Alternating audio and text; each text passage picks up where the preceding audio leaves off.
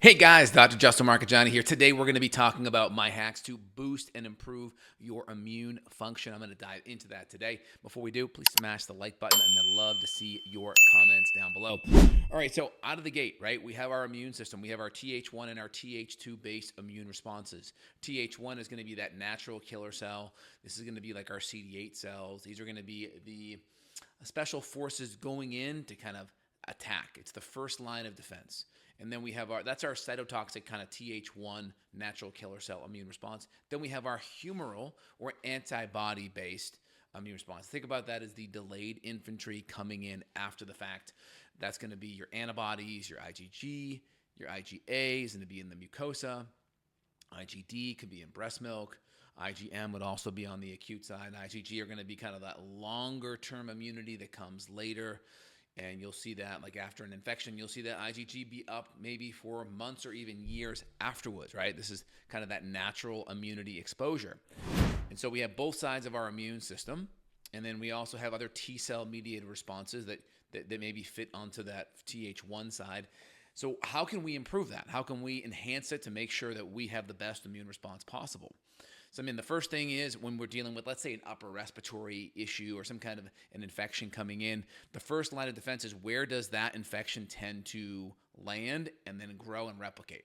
So the first thing is if we can decrease that replication from happening, then the chance of it getting to a mass and then, moving into creating symptoms, because symptoms are going to be correlated with viral or bacterial load. The more virus and bacteria, the more symptoms, all right?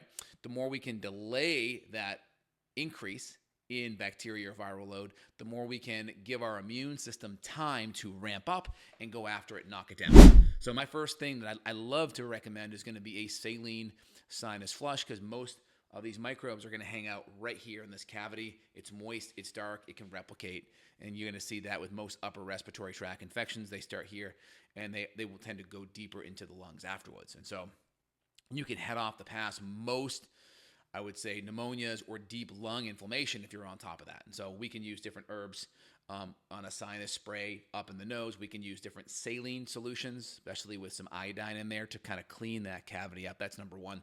Number two is don't weaken your immune system. One of the biggest things you can do to weaken your immune response is going to be sugar. The more processed the sugar, the more you're going to decrease what's called your macrophages. These eat bacteria and viruses in the body. They're like the Pac-Man, Pac-Woman that gobble stuff up. And so those macrophages drop the more processed sugar you have. Some people say up to every teaspoon of sugar, 1 hour of decreased macrophage function. There's lots of studies on this. So the biggest thing you can do is no sugar and no alcohol. I can't tell you how much, in my experience, that a cold happened after a night of having more than one or two drinks. It's like, boom, it happened, right? So alcohol can definitely compromise and weaken the immune response. Any kind of processed sugar can compromise the immune response.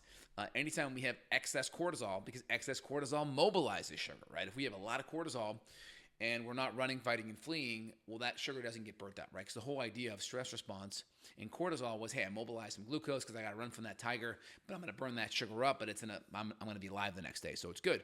But now we're chronically stressed. We're mobilizing, let's say, a Snickers bar worth of sugar, but we're not burning it.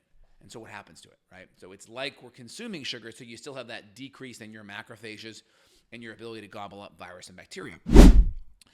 Next is obviously hydration and electrolytes plays a big, big, big role. And then heat, temperature. People get worried about fevers. I'm typically not worried about a fever until we get above 105, degrees or so. Then maybe we can start to worry. Usually you have to worry about fevers when there's seizures and potentially head trauma. When there's head trauma, maybe the hypothalamus may not be able to regulate the temperature as well. And so that can be a thing, right? But if there's not a head trauma and you're keeping the person healthy, you want to be careful of doing fever reducer medications. Most like Tylenol, they deplete glutathione. So if you decide to do it because you're going above 105 or 105, then you want to take it with some NAC and glutathione, not to deplete it, because then you decrease your antioxidant reserves, and now that can make it even harder on your immune system as well. So if you take it with some NAC and glutathione. Don't just take it by itself. I'd much rather have like a sponge bath or just a room temperature type of, lukewarm shower to kind of cool things down gently And typically, if someone's sick, I'm recommending jumping in a sauna. I want to artificially create a fever. So that helps burn up that mesophilic bacteria. It helps deactivate viruses. Heat has always been something the body uses to bring bacteria load down and to bring viral load down. So I always want to lean into it. Now, if you start getting 105 or up, then you got to have that conversation and look. But if you don't have that trauma, I'm less worried about it. I would just do more gentle means because a lot of times you bring the temperature up, you bring it, the fever breaks, then you're like better. And so if you just knocked it down, that's part of the immune response, bringing that bacterial load down. There's all kinds of papers by Harvard that came out in the last year or two saying, should we rethink, what we talked about in regards to giving fever-reducing medications? And that's been going around conventional medicine for a while. So I tend to recommend not breaking a fever unless we hit that special criteria there out of the gate. Now, when we deal with supplements, there's nutrients and herbs, right? There's nutrients and herbs. There's also antimicrobial compounds that we can use that can help improve the immune system or even use it to knock down virus and bacteria load. So my first thing I always prioritize are going to be nutrients because they are very important for the immune system. So I love vitamin D. We can do vitamin D acutely. We can go 20,000 IUs a day. You make that in a good saturation under the sun. You can even go 100,000 IUs just for a few days. It'll bump up your vitamin D, especially if you're low. You don't want to do that long term, though. A couple days, that's it. So vitamin D is great. Vitamin C is excellent, too. I'll do a vitamin C calibration. I'll work my vitamin C up until we start to have a loose stool, and then I'll pull back. And that way, my vitamin C is totally saturated. Vitamin C docks onto the macrophages, and it helps with a lot of oxidative stress in regards to knocking down microbes. So vitamin C is excellent. So we have vitamin D, we have vitamin C. We can even do higher dose vitamin A. You can do a couple tablespoons of cod liver oil. You can do some high vitamin A drops. They're shown to be very helpful against viruses and improve your immune function. So I do like vitamin A. I like extra zinc. Zinc can be very helpful. They can go into different viruses and kind of deactivate them in a way. So I do like higher dose zinc. You can do 30 to 50 milligrams a day. You can do a zinc lozenge, which is great in the throat. So I do love zinc. Works excellent. So we have zinc, we have vitamin A, we have vitamin C, we have vitamin D. Love those. Now we can go into certain, let's say, herbal compounds. I like astragalus. Astragalus is wonderful for bumping up B cells and helping with Th1 cells. I love reishi mushroom. That helps improve the natural killer cells. I like the reishi because of that acute immune response. It really gets your immune system heightened. Everyone in my house went through a flu recently. And my wife and I think it was just me. I was the only one that didn't actually get sick. And I was ramping up reishi, ramping up vitamin C, and I was the only one that it didn't hit. And I was just thinking it was going to get me, and it didn't. I was surprised. So reishi, love reishi. A couple grams, anywhere between 500 to a gram is kind of preventative if you're around sick people. The more sick people are or the more immunocompromised people are or the more stressed you are, you can go up to 2-3 grams a day, spread it out evenly. Over a good hot water extract of reishi is going to be very potent. Wonderful. So I love my reishi. There's other mushrooms that are also good too, like shiitake, maitake, Coriolis. These are very good immune support. My favorite's going to be reishi, which is Ganoderma lucidum, but I also like cordyceps for the adrenals and for stress too. And then you can also do like a shiitake or maitake mushrooms are still very good for immune function. We talked about astragalus. Astragalus tinctures are wonderful. I love echinacea and golden seal. It's my favorite combination to give. I'll give it a lot of times in tincture form, especially if we're worried about a sore throat. So I'll put it in a tincture, put it in some water, have someone gargle with it for 5, 10, 15, 20 seconds, and then swallow it. That way it cleans out the back of the throat, so the chance of having a sore throat is down as well. So I love echinacea golden seal in a tincture form. All right, so we had astragalus. So echinacea, golden seal, talked about reishi, talked about, there's also some immune boosters, right? So you can do things like ginseng is still very good. You can do things like cordyceps, which is a mushroom, which is still really good for bumping up the immune system. Just for general immune support, I do like ashwagandha.